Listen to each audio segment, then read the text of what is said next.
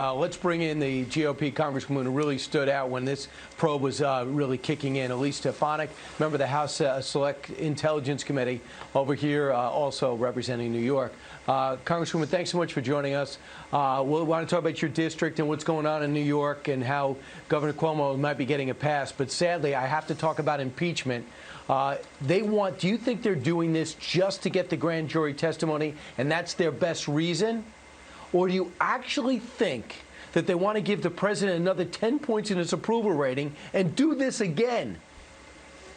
They have been obsessed with impeachment after President Trump overwhelmingly won the election. And I've seen this firsthand sitting on the House Intelligence Committee. Adam Schiff has continued to put out misinformation and frankly lies to the American people. We saw this with the Mueller testimony as well, that when Mueller came in front of the House Intel, their case for impeachment just crumbled. This shows how weak Joe Biden is, I think, as a presidential candidate, because they can't run on their record.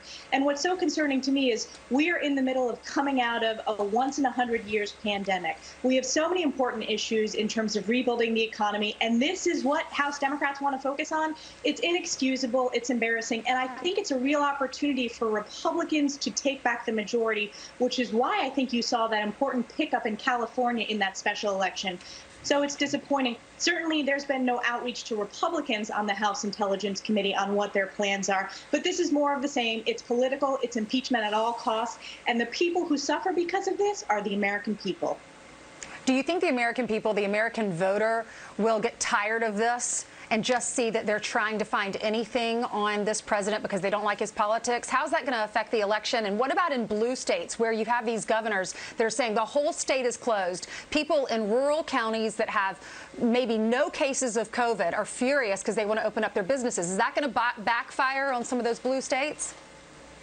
You know, I think it is, and we see this dynamic playing out in New York State. I represent New York's 21st district, which is the most rural part of the region. We have manufacturers, farmers, small businesses who have really suffered under this one-size-fits-all approach. What I've advocated is a much more regional approach. We've started the process of reopening, but our small businesses, our manufacturers, they have innovative, creative solutions about how we can safely get back to work. But our governors need to understand that people need to be able to pursue their livelihood, and they have great ideas about how to do it. They just need to hear our input. And to tie it back to impeachment, the American people are smart. They want to focus on the issues that matter, ensuring that we have a plan to safely get our kids back to school this fall, ensuring that we're allowing our small businesses to reopen safely and gradually. That's really important, and I hear that's what's on voters' minds in my district. Well, maybe it's the Democrats' strategy to be able to say the closer we get to November, you know, if we controlled the Senate, we would have been able to impeach him the first time. So let's see if that is part of their game plan. Meanwhile, let's talk a little bit about an investigation you were calling for, Congresswoman, regarding nursing homes in the Empire State of New York, because the governor has essentially changed the way COVID deaths are being reported. We've got a soundbite, though, first to listen to. Here's the governor talking about how nursing homes are a top priority for him after saying that older people were going to die. Watch. Who can we prosecute for those deaths? Nobody. Older people, vulnerable people are going to die from this virus. And that is a fact. And that is not going to change. We now have a top priority, which we have from day one, which is our nursing homes. I understand we have the most aggressive standard in the nation. But I also know that it is necessary. So there he said initially older people were going to die, and then he's talking about his top priority being to protect those people. You're calling for an investigation. Explain why. Because New York has mismanaged how we have approached and how we've protected our seniors in our nursing homes.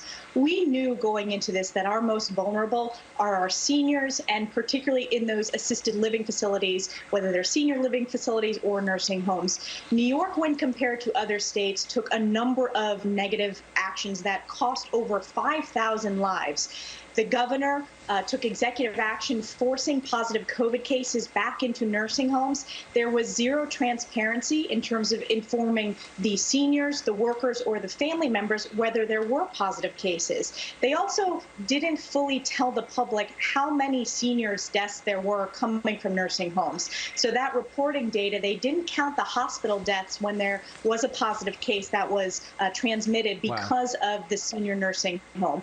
We took the opposite approach in my district, and I have to applaud the county public health officials. In our first case of a senior assisted living facility, the county public health office, this was not taking guidance from New York State. They did this on their own. They put out the information in a transparent way to ensure that other seniors and families in that assisted living facility were notified of that immediately. So I believe that these families owe answers. We cannot dismiss their concerns. I've heard from families who are still grieving for loss of their loved ones, and they deserve answers. And it's not just Republicans who are calling for this independent investigation. It's Democrats as well. It cannot be conducted by New York's Attorney General either. It needs to be an independent investigation. I'm calling for the Department of HHS to conduct this independent investigation, but I think it needs to come from the federal government. New Jersey numbers were really high, too, with seniors as well. Congresswoman Elise Stefanik, thank you so much for joining us from your kitchen. It seems like your kitchen. Thank you. Seems nice. Yes. All right, in upstate New York.